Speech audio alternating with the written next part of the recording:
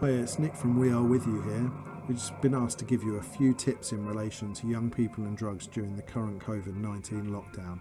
Just a quick disclaimer that we are going to be talking about substances in this episode. It's aimed for an older audience, but we don't want it to be triggering. So I guess we should start with the safest thing to do is not to use drugs at all during a pandemic.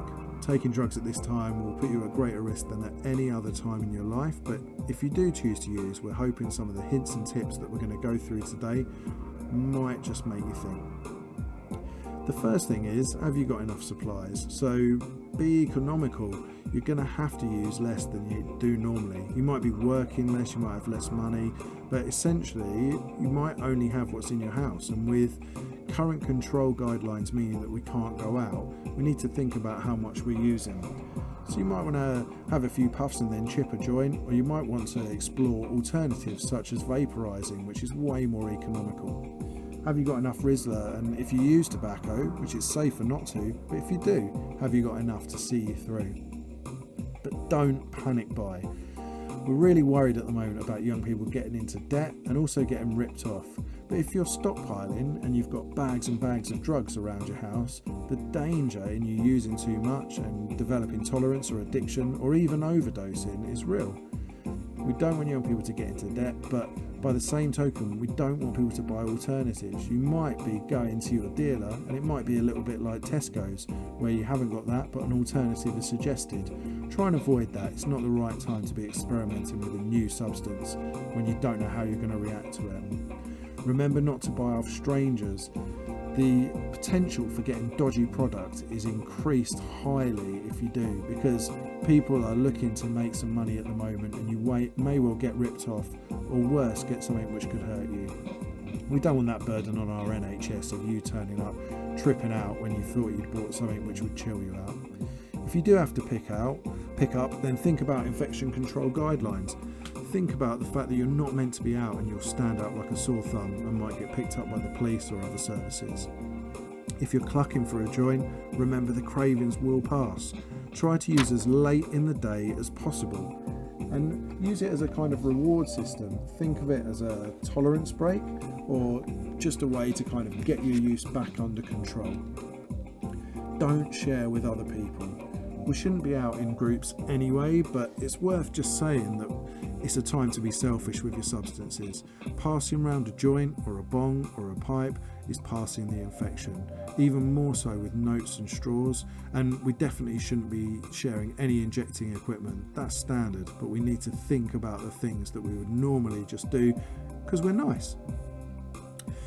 Where you're going to use is really important. So home's normally a safe place and you normally have a bit of control around where you can use and when, but let's remember you're lucky enough to have your parents or carers, brothers and sisters all there at the moment. So the idea of being stuck in a room might not coincide with the kind of high you're going for. Could be claustrophobic, might make you anxious, and in the long term could lead to depression and isolation. There's obviously a real danger about using on your own at the moment as well, so try and avoid it. Try and think about things that you can do which will be more productive with your time, whether it's homework, college work, study, or using a new skill. In terms of drugs, do your research. There's loads of good stuff out at the moment about COVID-19 and substances, but think about going back to basics and learning more about drugs. Do you know as much as you could know? I doubt it.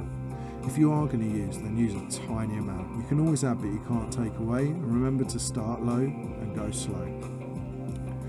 Also, how are you doing? How's your mental health? It's a really stressful time. We're out of routine, and drugs often increase how you're feeling. So if we're wigging out about this crisis, then that will only get exacerbated or make us feel worse, essentially. We can't run away from it at the moment, literally or metaphorically. So let's go through some of the drugs and talk about why they might not be a great idea.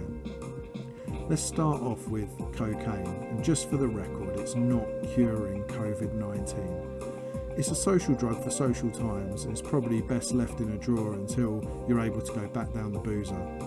Obviously, we don't condone using any of these substances, but if you are going to use, maybe your bedroom's not the best spot right now. MDMA significantly lowers your immune system for 48 hours after you roll. It's a really social drug and is about making connections with people.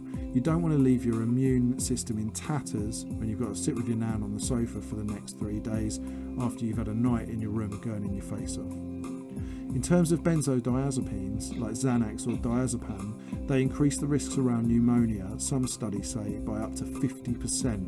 We don't need that with a pneumonia-based virus flying around the UK at the moment. And lastly, alcohol. From cradle to grave, alcohol is suggested as our social lubricant. It's what we do, we drink. But in large quantities, it can really damage our immune system. We also need to think about the fact that alcohol increases our risk-taking behaviour and makes us push against boundaries and think about rebelling. If you are thinking about a rebellion, perhaps now is not the best time. So I guess to finish, just remember that it's a time to try and be good as best we can and to remember to laugh. Try to stay positive and it will all end. If you need help, go online.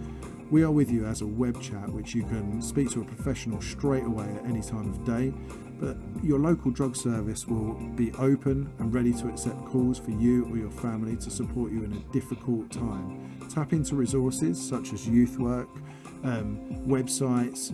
Look after yourselves and your mental health. This will end. So again, go to www.wearewithyou.org.uk if you need some support. And take care.